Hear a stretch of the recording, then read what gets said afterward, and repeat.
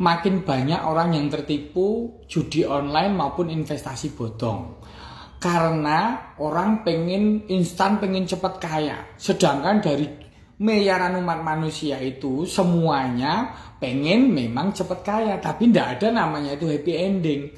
Pengen segera berpindah, loncat dari kuadran 4, yaitu sebagai pekerja atau employee, menjadi lompat ke kuadran 1 sebagai investor.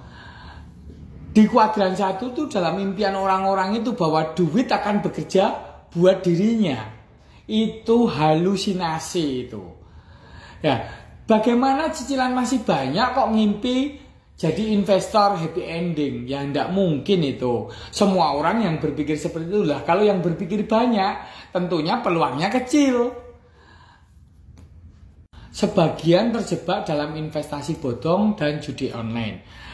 Namanya investasi itu orang berharap bahwa uangnya bekerja sendiri. Sedangkan uang itu sudah ada sifatnya. Dari Bank Federal Amerika, kemudian ke Bank Indonesia, kemudian Bank Plat Merah, kemudian Bank BPR, kemudian ke rentenir. Itu pun semuanya sudah ada sistem bunganya sendiri. Bagaimana uang itu bisa bekerja sendiri bahwa sebulan dapat 20%? Itu jelas tipuan. Kemudian kalau orang judi online itu ya orang yang ikut banyak, yang jelas yang menang bandarnya. Yang judi ya lebih banyak mayoritas zong semua.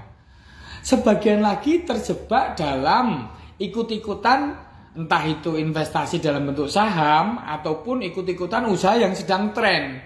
Yang sedang trennya naik, itu namanya hot hand fallacy. Jadi sesat pikir tangan panas. Jadi ketika saham sedang naik, ikut-ikutan menanam saham di situ. Tiba-tiba karena semua orang menanam saham di situ, atau semua orang usaha yang sama seperti itu yang lagi tren, tiba-tiba pasar menurun. Akhirnya stres.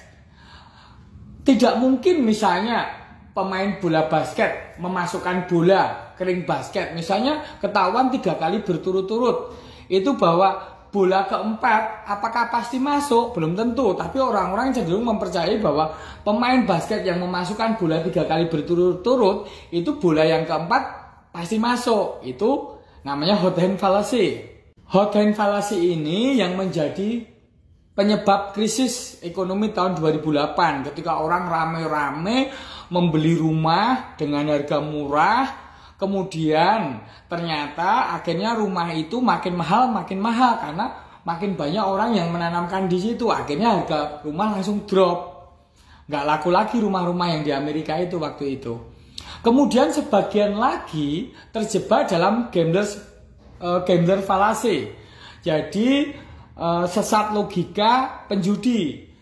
Seperti juga orang yang bermain judi online ataupun orang yang sedang menanam saham, nilai sahamnya turun terus, atau orang yang melakukan usaha, kemudian usahanya itu dalam 1, 2, 3 tahun itu kok turun terus. Mereka percaya bahwa pada satu titik itu akan naik, padahal peluang itu semakin mengecil ketika makin turun nilai saham maupun usaha maupun peluang ketika orang bertaruh berjudi, ya kemungkinan berikutnya akan makin lebih buruk karena modalnya semakin menipis. Ini sebenarnya mirip dengan sunk cost fallacy. Jadi sesat biaya tertanam. Ketika seorang usaha mandiri atau entrepreneur menanamkan modal, waktu dan uang dalam bentuk saham ataukah dalam bentuk usaha, kemudian usahanya itu terus-menerus mengalami kerugian. Karena sudah terlanjur menanamkan uang, tenaga, dan pikiran, mereka enggan menyudahi usahanya. Padahal feeling bahwa usaha itu tidak bisa meningkat itu udah ada. Tetapi mereka enggan menyadari kenyataan bahwa usahanya itu sudah tidak prospektif lagi.